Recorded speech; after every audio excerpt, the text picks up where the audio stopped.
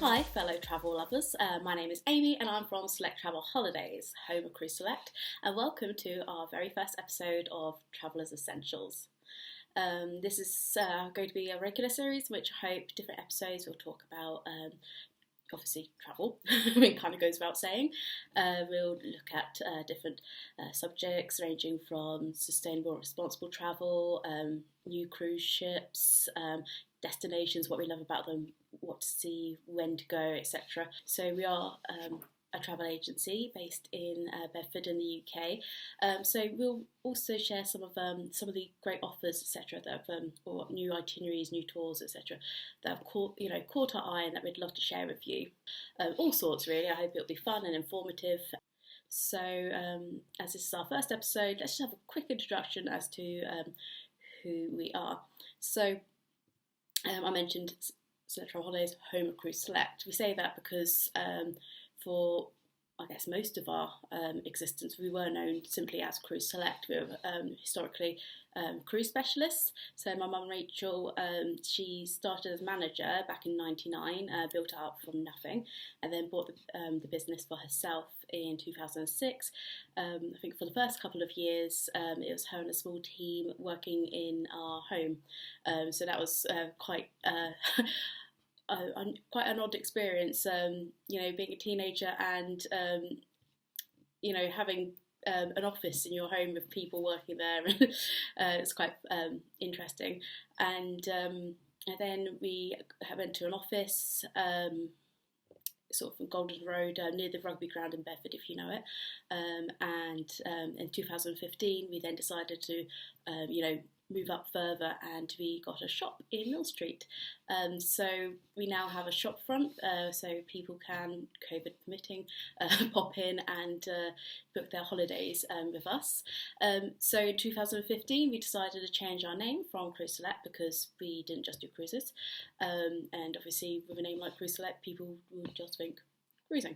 So we can offer all sorts of holidays, including touring and adventure, which is something that I am especially really keen on. And actually earlier this year I was really honoured to win the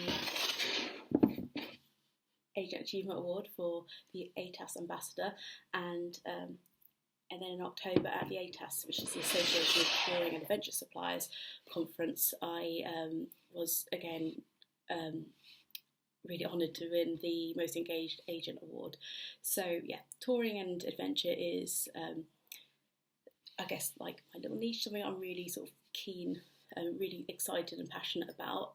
Although don't get me wrong, I do still love cruising, especially river cruising. So there will be quite a lot of cruise talk here. So like I say, we have a small team, small but perfectly formed. As I mentioned, we have my mum Rachel, the owner. I'm Amy in marketing, and we have the lovely Bella and Sharon on sales, and we have our lovely admin lady, also called Rachel. So that's us, and we're always happy to help. We've got tons of experience. Decades of experience from Bella, Sharon and Rachel. So yeah, you'll be in capable hands with us. And also, I must say, let's just put this in like a little bit of news. We were thrilled earlier this week to learn that we were shortlisted again for the Travel Trade Gazette's top 50 travel agencies in the UK and Ireland.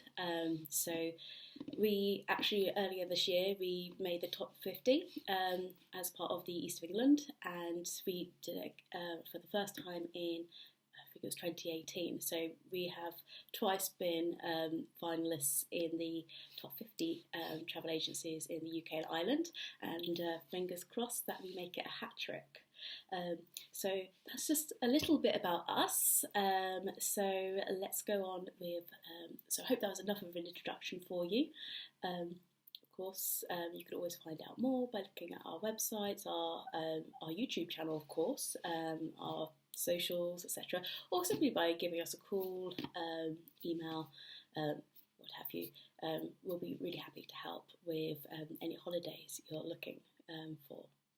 Now, of course, if we're talking travellers' essentials in this day and age, I think it'd be remiss not to mention, and I really kind of wish I didn't have to, of course, COVID, because it's had such a massive impact, a really dark, long shadow on our lives for about 20, 21 months now. Obviously domestically, in terms of, whether you've been furloughed earlier, or you've had to work from home, or couldn't see loved ones, etc. So it's obviously had a massive impact. Of course, with international travel, there are times when it was just outright banned. Cruise lines suspended all their operations from March 2020 through to earlier this year, and a lot of them still don't have all of their fleet back to service, but they're slowly resuming. So yeah, it's had a massive impact on all of our lives, but obviously including international travel, which is what we're talking about, travelers essentials. It's going to be I'm not going to go too much into the nitty gritty of all the different requirements you need nowadays. I mean, I remember the days BC, before COVID, when all you needed when you were heading off to the airport was your passport and a debit or credit card, some form of money, and probably your phone maybe as well. And now you need to have made sure that you've downloaded your COVID pass, or printed it out as a spare copy. Although obviously not all countries accept paper.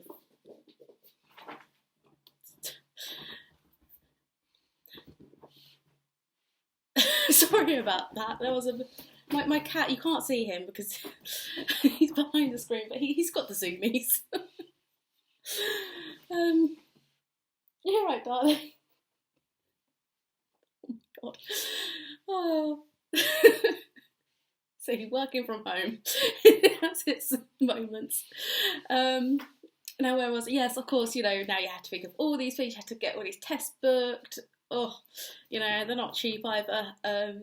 The passenger locator form, also where you're going. Different countries have different passenger locator. So obviously it's not as simple as it used to be. And I understand why that would put a lot of people off travel.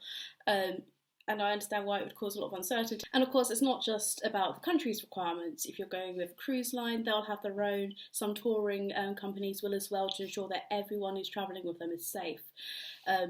So, I mean, like I said, I'm not going to go into the nitty-gritties of what the current restrictions are, because it'll be one of those where it's like, well, that aged badly. I mean, if I'd recorded this perhaps on a couple of days ago, as I'd originally intended, I might have still been talking about there being, the quarantine hotels with red list, but now that's been, they've got rid of the red list, etc.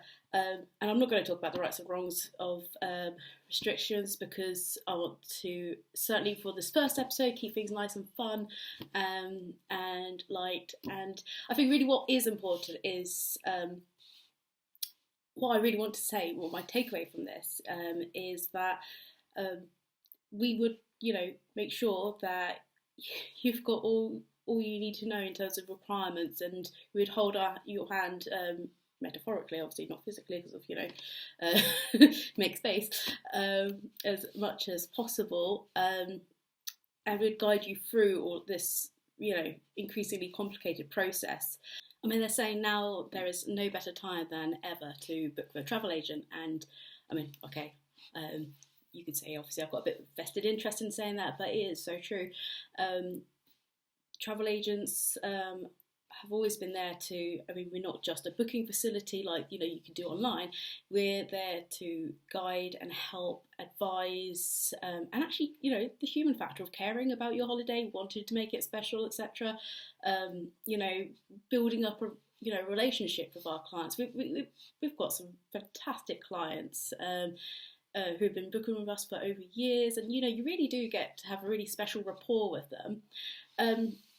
But I would also say that we've actually got first-hand experience of these, travelling in the COVID era. And I must say, actually, having done that a few times now, it does, make you feel more, it gets easier in a way, it's... So the first time I travelled since the pandemic began, was this August. I did a fantastic 5-night cruise with Azamara on Quest from a round trip from Piraeus. We had a couple of nights at Athens first. And I wasn't, I mean, obviously I was quite apprehensive beforehand, but it wasn't, what I was apprehensive of was I was really looking forward to actually being back on sea and getting out of the country and seeing Athens and all this sort of stuff. And I was really terrified of, oh my God, what if I get COVID beforehand and can't, can't go. So I guess really it's just a case of, I'm lucky. I can work from home if I need to. I also live alone, so sort of kind of self-isolating, sort of reducing my social contacts before I go away is actually quite easy. So, to minimise the risk of getting COVID. Also, cruise lines, they are requiring, obviously everyone to have, the vaccine fully dosed, etc. But they're also requiring that you have a test before you board, and they'll do that for you, an antigen test. And also, actually, another thing I've found from being lucky enough to have gone away several times since August is how seamless and actually reassuring the testing process and the health protocols are that I've experienced, particularly with Asmar and Fred Olsen, which were 2 ocean cruises that were, especially the Fred Olsen one, that's from Dover, a 14-night round trip. And so not only did we have a test before we get on board, there was also a test sort of like halfway through. So I think we found those procedures all very seamless is the word I would actually use to describe it, to be honest. And the health protocols kind of make you feel reassured. They make cruising has always been high up there with health and safety. They have to be because they're so regulated. Which I do think it can be a bit of a double-edged sword because, of course, being so regulated, if there's any so much as a slight case of norovirus or what have you, it has to get reported to the relevant authorities. Whereas perhaps if you're in an Airbnb or a hotel, not so much, so they can get away with stuff a lot more. But yeah, cruising, they're always constantly cleaning, so I actually kind of felt that with the health protocols in place, and also even if you're flying, with the air filtration systems, etc., and the mask requirements, is that I don't know. I just kind of felt it was actually weirdly one of the safest places I could be. This is a social virus. It's not a travel virus. It can be spread so easily, within the community, domestically, by everyone going out for a knees up, or meeting at school gates or what have you. Travel is easily scapegoated, but I think as long as you're sensible, you can safely, confidently and happily enjoy travel again and mitigate any risks to you. I mean, I've been mitigating risks throughout as much as possible. Even after 19th of July, I continued wearing my mask, I continued social distancing where possible, etc., because I think it's the right thing to do for myself and the people around me. But as I say, I kind of felt that it was such a breath of fresh air to be able to travel again, to have that little break from the norm, and you appreciate it so much more now. And yeah, at first there was a bit of trepidation, but actually having experienced the protocols put in place, and with various different, so I've cruised with, as obviously I've mentioned Fred Olsen. We also had a couple of nights on board Holland America Line and their new ship Rotterdam, which is amazing. That ship blew us away, fantastic. And also we finally got to do a bit of river cruising as well with Crystal. So we've seen 4 different cruise lines, and it was brilliant travelling with each and every single one of them. And I mean, I will say there was, with Crystal, we did have a bit of a COVID scare, but it was handled responsibly and safely. And you know, again, I think, okay, it might cause a minor inconvenience, but ultimately, you know, it was safe. There were a couple of people, I think mostly crew, who had been, but they were quarantined away from everyone else, and you know, then disembarked. So I just, for me personally, I wouldn't let restrictions or what have you put me off. So, because now they've reintroduced the testing again, and I mean, I'm not going to say it's perfect. I think it's a bit of a faff. It's, you know, it can be expensive. But now Amazon have introduced a new, they've introduced their own service for testing, which is slightly cheaper. I think it's $34.99. If you can, I would still recommend, you know, travelling where possible, you know, mitigate the risks. Don't be afraid of the testing and the passenger locator forms, because we will help you as much as possible with any of the requirements that will be introduced. But ultimately, travel is, I think it's Mark Twain who said, to travel is to live. And I kind of felt like actually being able to go on a ship again brought me back to life in a way, and it was beautiful. And I just really kind of want to sort of,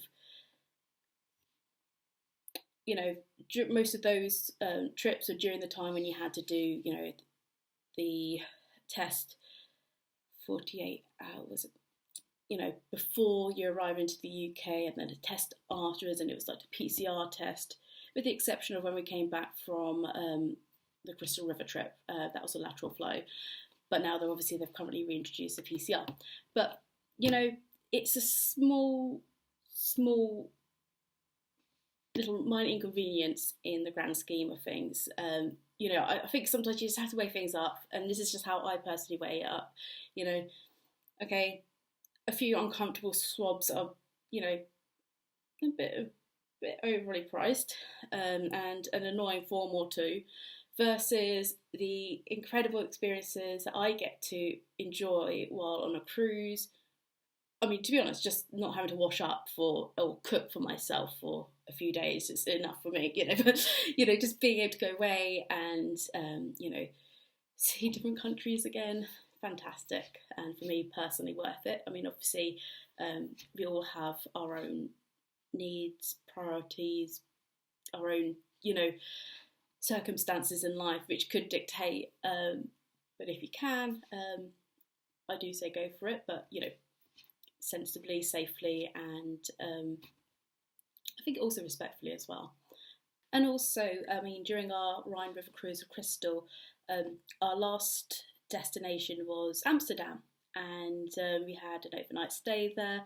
Except by the time we sort of were heading towards the Netherlands, they were increasing restrictions locally. So at that point, I think they had introduced a curfew, which was 8 p.m. So all their bars, cafes, restaurants, etc. had to shut at 8 p.m. And actually that included the bar and restaurant on our ship. So this is the thing with travel, another thing, and this is actually really quite general. I think sometimes with travel, you have to come with an open mind. Things won't necessarily be perfect. Things might go slightly wrong. Then, you know, the itinerary might have to get changed a little bit, but that doesn't necessarily mean it's a bad thing. Sometimes you can actually enjoy something entirely new, you know, see something that you wouldn't have done. I think really travel with an open mind and an open heart. Oh my God, that sounds very cheesy, but travel with an open mind and open to adventure, and you'll be surprised at what you can enjoy and experience. And that's what we found. So as I mentioned, there was that bit of a COVID scare. We had to wait for the local authorities to come on board, do a ship inspection, so then at least then you knew it, like, you know, passed the test and was fine, and they had to test everyone like with a lateral flow and a PCR, make you sort of clear everyone. And so it meant that because we were cruising that morning to our destination, everything got shifted back, you know, the tours, etc. And I think actually by the time, because obviously we were travelling in November, you know, you've got your autumnal, wintry nights, you know, shorter days. So it did mean that some of the tours obviously had to be cut, but they still put on like this, what we were doing anyway, the walking tour with wine. And so what they did was, we were in Burncastle, they took us to the wine tasting first, and then we did this little walking tour around the town, but by this point it was night time and it was just stunning. And actually I think in a way, this is the thing, you know, if there hadn't been that little bit of a delay because of all the COVID testing, etc., we wouldn't have been able to enjoy Burncastle, a walking tour of Burncastle at night with all the beautiful Christmas lights, etc. We would have just seen it in like a bit of a miserable grey, you know. So, and again, when we were in Amsterdam, it was actually our last night that the, you know, so it was like, okay, eat dinner slightly earlier. If you don't finish it, then your butler will serve you your pudding in your suite. But they offered the chance to join them for a walking tour around Amsterdam. I mean, Mum and I didn't do that because we've been to Amsterdam God knows how many times. And we were just thought, oh, we'll just pack. But they had Carl, the onboard pianist, who we loved. He was fantastic throughout the cruise. He put on a, bless him, it was just him in the palm court, which is the lounge on board, with a piano and a bottle of champagne, live streaming to all our suites. And he had a little telephone by him so we could call him up and you know, do requests. And I would say actually it was really, I really enjoyed that. It was a really relaxed last night. It's okay too. But I'm here to entertain you tonight, best I can. And, hey, you know what? I got a phone right here, too. You can call from your stateroom suites. The number has changed. It's 5016. If you want to call in, maybe just don't do it if I'm in the middle of a song. But if you do, I'll just stop playing and I'll talk to you. I mean, that's okay. Anyways. So this is a whole new kind of show. That's not the first time I'm playing for an empty house. Anyways, here we go. I'm going to give you some music. I hope you enjoy. This might be the most fun night of your cruise. Who knows?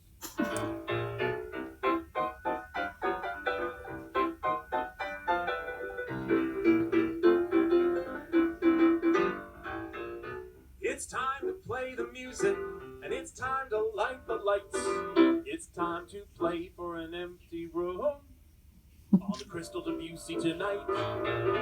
It's time to put on makeup, and it's time to... So again, I do think the lesson here to take away is, you know, things can not quite go to plan with travel, but if you have an open mind and you're open to adventure, you know, you never know what you might enjoy.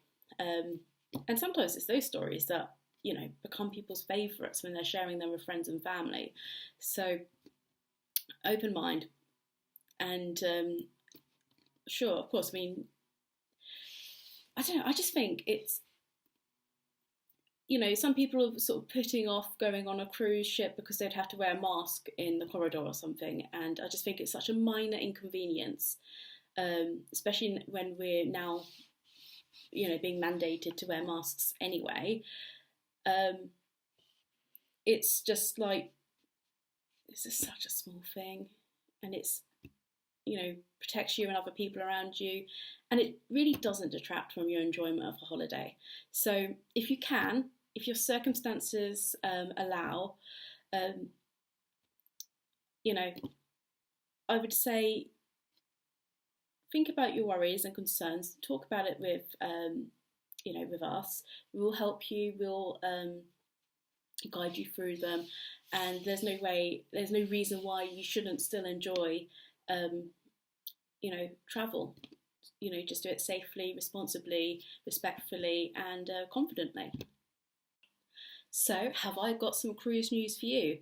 Now we're going to start looking at Silversea and their new or Nova ship. Sorry for a little bit of cheese there. This is actually very exciting because not only is it a new ship, it's also a new class of ship, and it's bringing luxury and sustainability together. So let's just have a little look at Silvernova and what we know so far.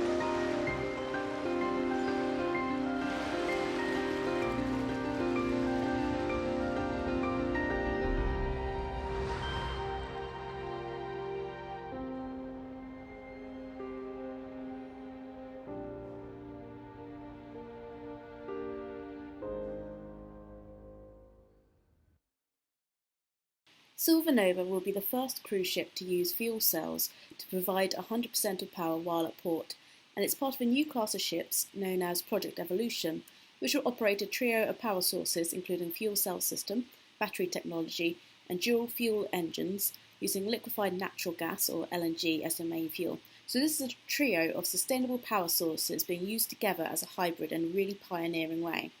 We have seen the introduction of LNG powered ships, for example P&O's Iona was the first LNG-powered ship built for the British market, and Expedition Cruise Line Hurtigruten launched the Royal Amundsen as their first hybrid battery-powered ship, with batteries created by Rolls-Royce, so we've seen parts of these technologies used before.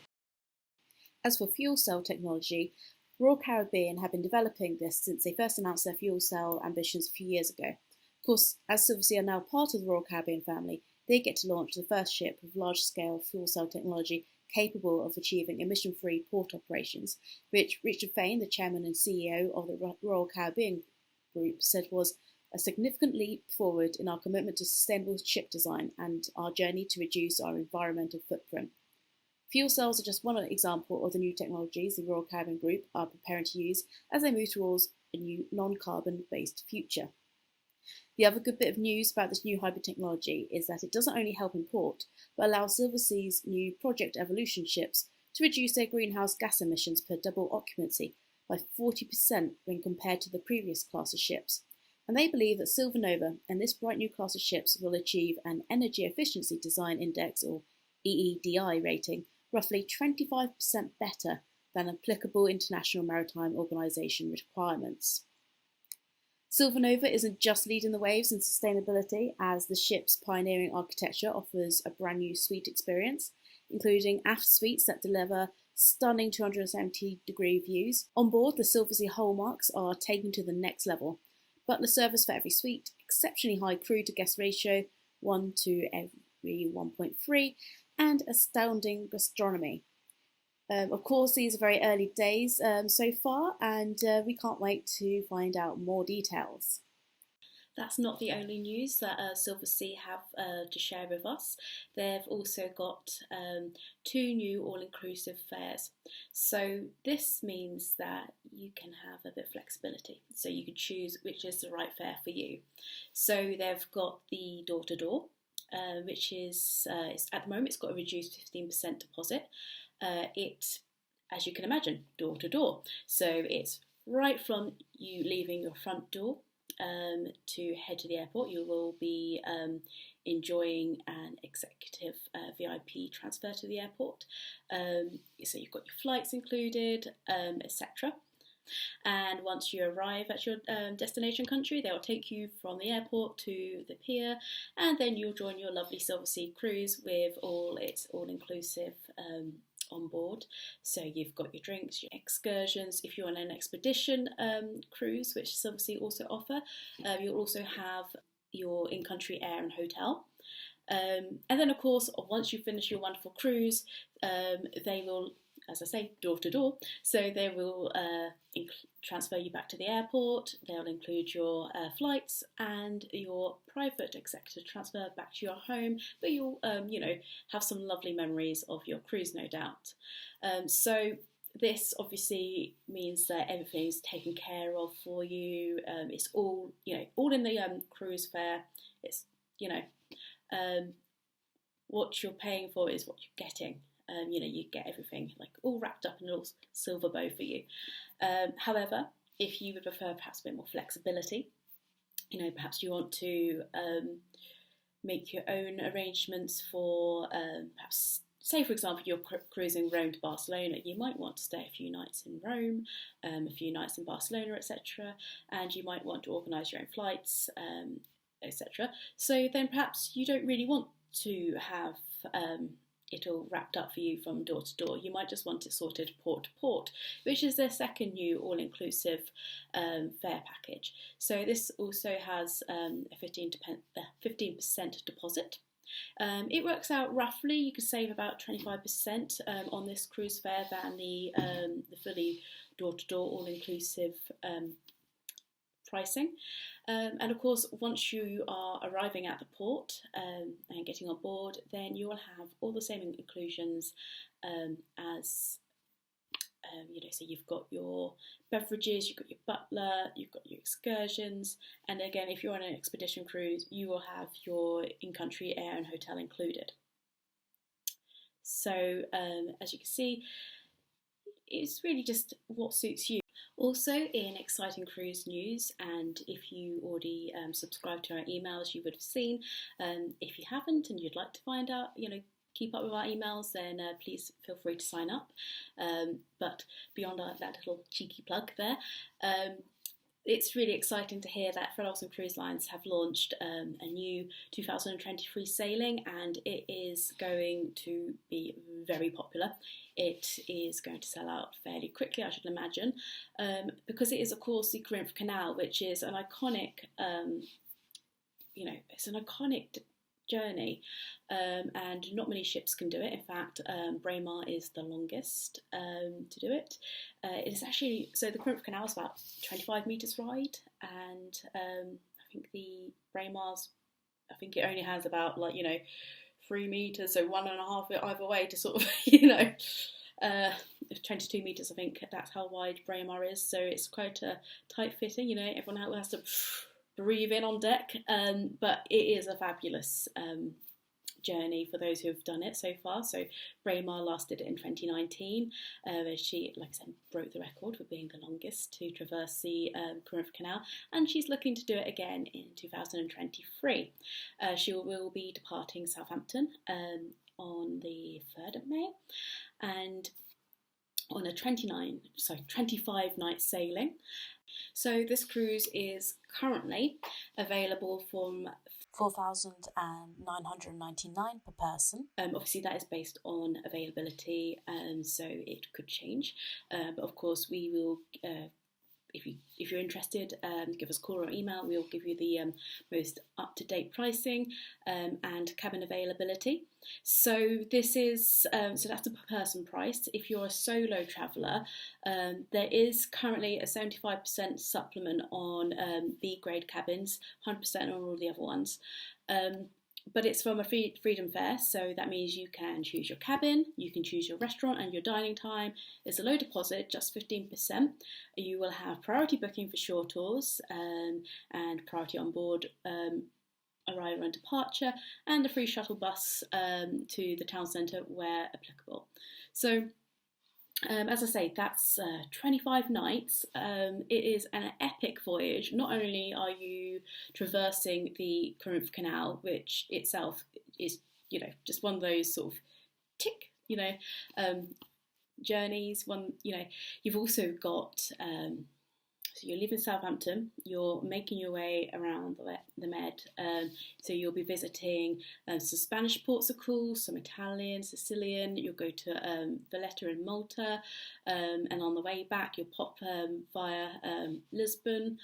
So yeah, it's a really varied, really gorgeous itinerary, and of course there's also Greek islands and, Greece. So yeah, it's a fantastic, really rich mixture of ports of call on that itinerary. I mean, Fred Olsen do.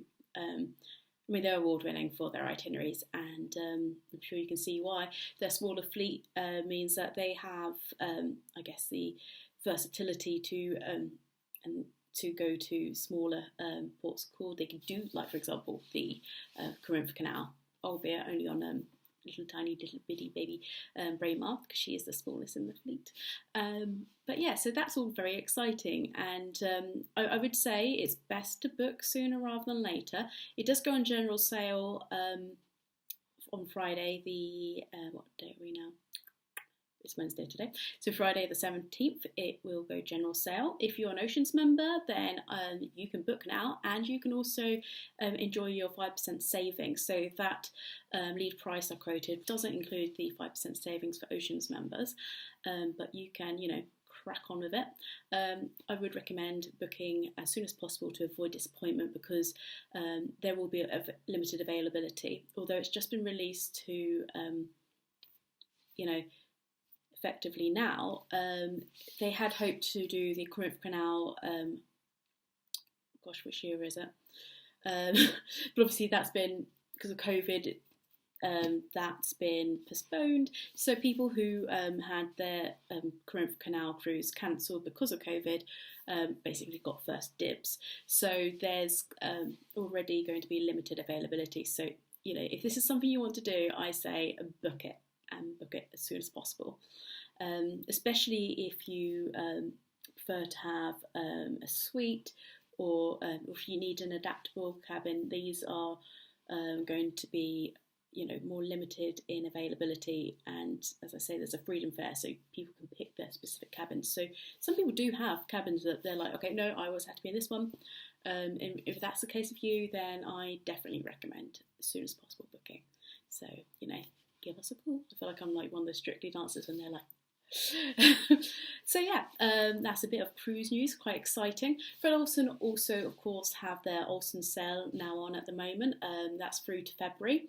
That's select cruises available from $6.99 per person, and you get your drinks and tips included. They also have some solo offers also available on select cruises, although they don't include the drinks and tips. But as I say, give us a call, email us, and we will help you out there. So that's a little glimpse into what's new in the world of ocean cruising. And just like that, we're going to look at river cruising. Hopefully that was a little clue for you. If you are a fan of Sex and the City, maybe you're watching the new reboot and just like that. I must say the jury's still out for me, but I am definitely very interested in the sound of this fabulous new river cruise from Avalon Waterways. It's part of their Storytellers series, so they have special themed river cruises with I guess an author on board. This is just one of their themed cruises. They also do, your wine, beer themed cruise, all sorts. They really like to enhance their river cruises. They've introduced adventure hosts on board every cruise. So really, they really like to help you make the most out of your river cruise in terms of shoreside and also onboard enrichment. By adventure hosts, I don't necessarily mean that you're having to hike and bike and kayak, although they do offer those. They also talk about active discovery, so it's much about cultural discovery, cultural adventures that you get to sort of experience both on board and ashore. So I think that they do offer some really different, unique sort of ways of river cruising, as well as having really gorgeous ships. They are famous for their onboard suites and staterooms. So let's have a look at the Sex and the City of Lights cruise, which is on the Seine, so it's Paris to Paris. This 9-day special departure Seine River Cruise departs on the 19th of July 2022, and it starts in Paris, the city where Carrie Bradshaw almost moved to at the end of the final 6th season of the original Sex and the City series, although of course you can't really imagine her realistically anywhere other than New York. You'll embark Avalon Tapestry 2, your floating boutique hotel, on the 19th, and enjoy an onboard welcome reception. The ship stays in Paris overnight before a day of exploring the French capital on day 2. So you have a choice of guided sightseeing or a food tour or a guided bike tour in the park. You'll then set sail along the Seine, which at 483 miles is the second longest river to flow completely in France. It starts at 1,545 feet above sea level, about 19 miles northwest of Dijon in northeastern France, from where it flows southeast to northwest through Troyes before reaching Paris, where your cruise begins. It's actually one of the most navigable rivers in France, and it's obviously been very important for that reason since the Roman period. So you'll find some really rich history along its banks. And so, as I say, your cruise begins in Paris, and the Seine continues its flow through the province of Normandy as it heads towards the English Channel, which it reaches in an estuary between Le Havre and Honfleur. Your first stop along the Seine is Conflans on day 3. Please excuse if my French pronunciation isn't the best. I think it's slightly better than my Spanish. That's beside the point. Sorry. So we're on day 3, we're in Conflans, and you have several excursions to choose from. So depending on your interests, you might want to head to dodgy French pronunciation, klaxon coming, Ouvers-Uz, a popular haunt for many artists, but especially, of course, Vincent van Gogh. It's most famously connected to him, of course, because it's actually sadly where he killed himself. So that's obviously very cheery. If you're more interested, however, in Napoleonic history, you might prefer to go on the excursion to Napoleon Josephine's Château de Malmaison. Or if you're a foodie, which is probably what I would probably opt for personally, there's a visit to the Château Chantilly for a demonstration of crème chantilly. Or, of course, if you like something a bit more active, there's the guided Maison Lafitte e-bike tour. On day 4, you'll be in Vernon in the morning, from where you can visit Giverny, best known, of course, for Monet's house, and especially his famous water lily gardens, which I should imagine actually would be pretty nice in July. There's also, of course, a food walking tour. I mean, after all, this is France, or a guided biking tour. There actually, if you haven't noticed, there seems to be a bit of a theme emerging of food versus bike options. So, I mean, perhaps you might want to alternate. So you might want to do a foodie tour in one town or village, and then a biking to work off the foodie tour on the next. So that's just a little idea for you. It gives you options, doesn't it? So after a few hours, you'll be back on board for a short cruise along the Seine with the chance to enjoy a crepe and pastry demonstration on board as the Avalon Tapestry 2 sails en route to Les Andelys, which is where in the afternoon you can enjoy a guided tour. Or you could choose to burn off some of those calories with a hike to Chateau Gaillard. Sorry, again, I apologise for the dodgy French pronunciation. But this castle or chateau was actually built by Richard the Lionheart, and it offers some really spectacular views over the Seine. So, I mean, those views alone are actually worth it, which is something I can personally attest to.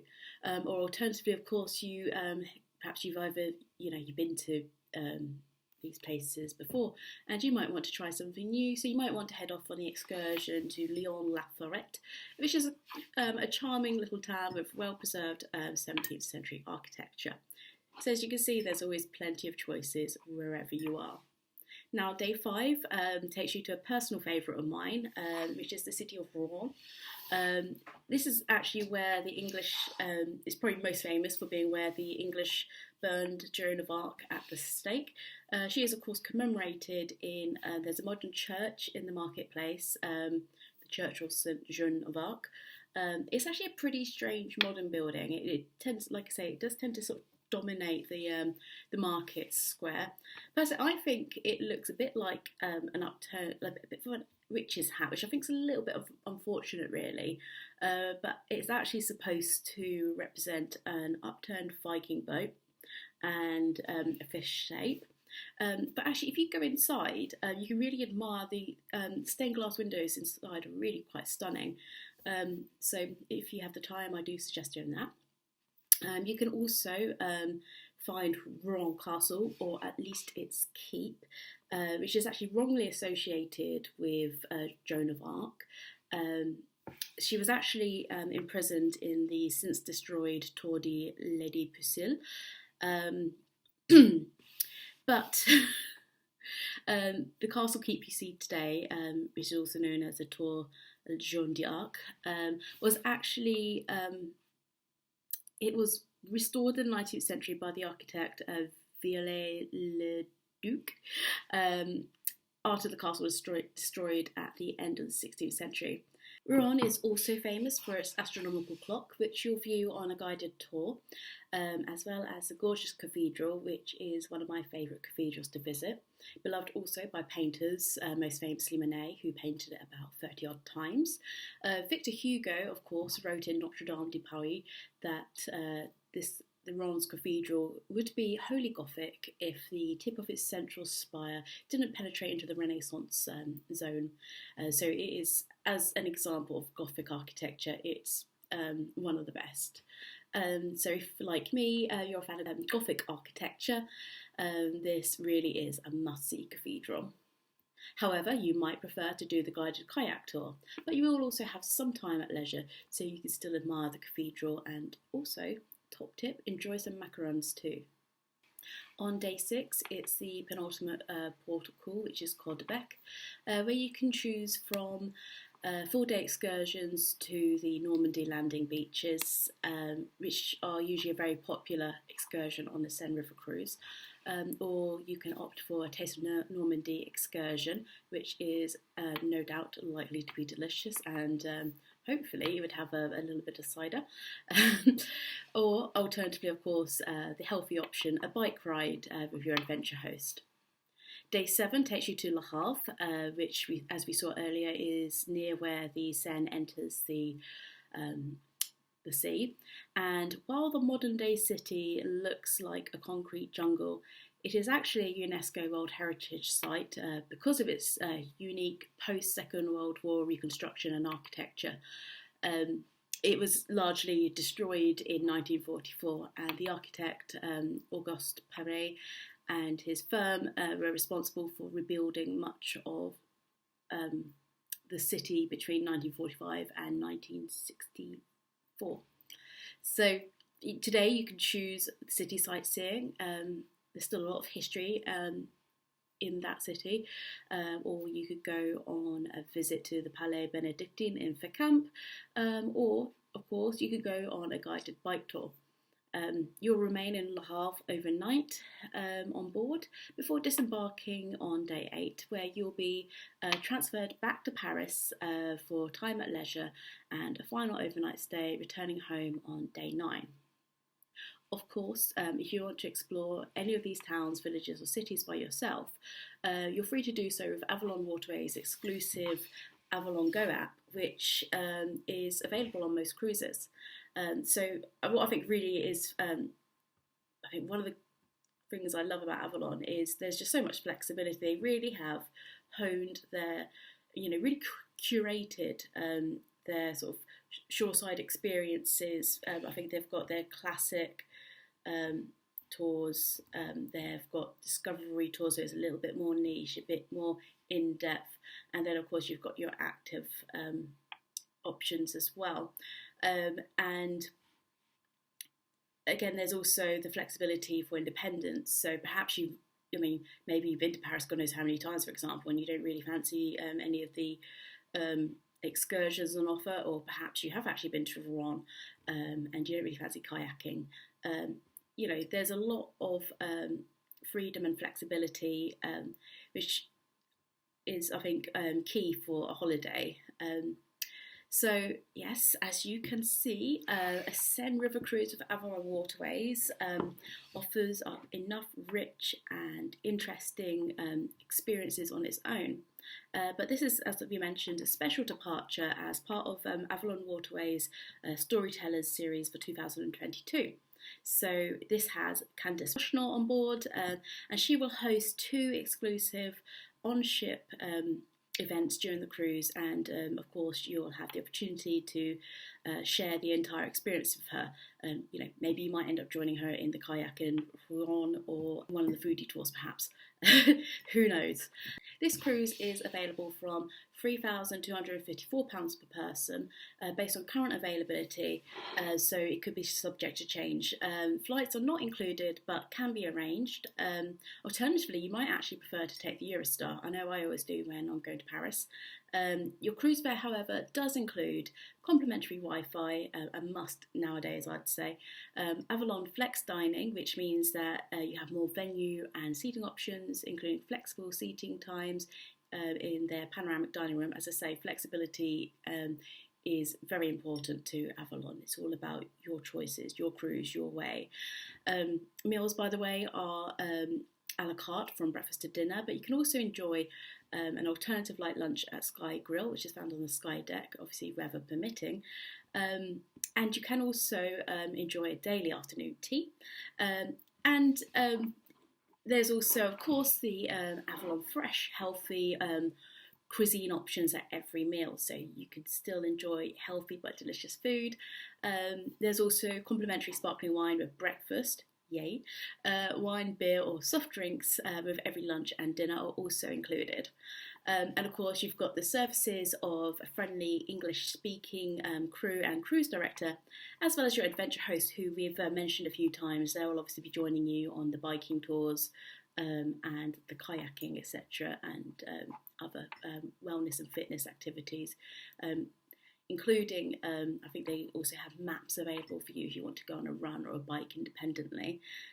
Again, independence and flexibility and freedom are key to Avalon Waterways. Now, of course, you can also extend this wonderful experience with one night in Mont Saint-Michel, one night in the charming Brittany town of Saint-Malo, which is available from £3,755 per person. Again, this is cruise only, so it doesn't include flights. It still departs on the 22nd, but instead of returning to Paris from the Havre, what you'll do is you'll head to Mont Saint-Michel for one night with guided sightseeing. On day 9, instead of heading home, you will transfer from Mont Saint-Michel to Saint-Malo via Saint-Benoît-d'Onde, sorry, again, very dodgy French pronunciation there, I'm afraid. But they have a little bit of local product tasting. And then you'll continue through to Saint-Malo. You can either choose to go by coach or by bike. Personally, I know which way I would be going. Mostly because I'm terrified of cycling. And once you're in Saint-Malo, you'll enjoy some guided sightseeing and overnight stay.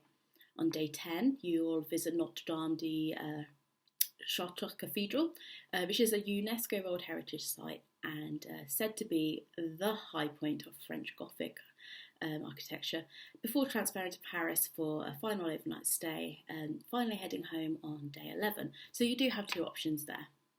Of course, Sex and the City of Lights is one-off itinerary and it's on the Seine. If you would rather, say, for example, do the Rhine or the Danube with Avalon Waterways, then you're in luck because they are currently offering free flights and £150 per person off Rhine and Danube river cruises. Likewise, so Avalon Waterways are part of the Globus family of brands. They're the luxury river cruise part of it. You've also got Globus, and who are like premium escorted touring, and Cosmos, also escorted touring, but perhaps more affordable, but plenty of adventure involved still. So with both Cosmos and Globus, they're also offering free flights and £150 per person off select 2022 itineraries in North America, Italy and Ireland. So again, if you want to find out more about that, or anything to do with Avalon, Cosmos or Globus, and give us a call and we'll be happy to help. Now, I hope you've enjoyed our first episode of Traveller's Essentials. We'll be discussing more topics, looking at more news, etc. So I hope you enjoyed and look forward to seeing you again.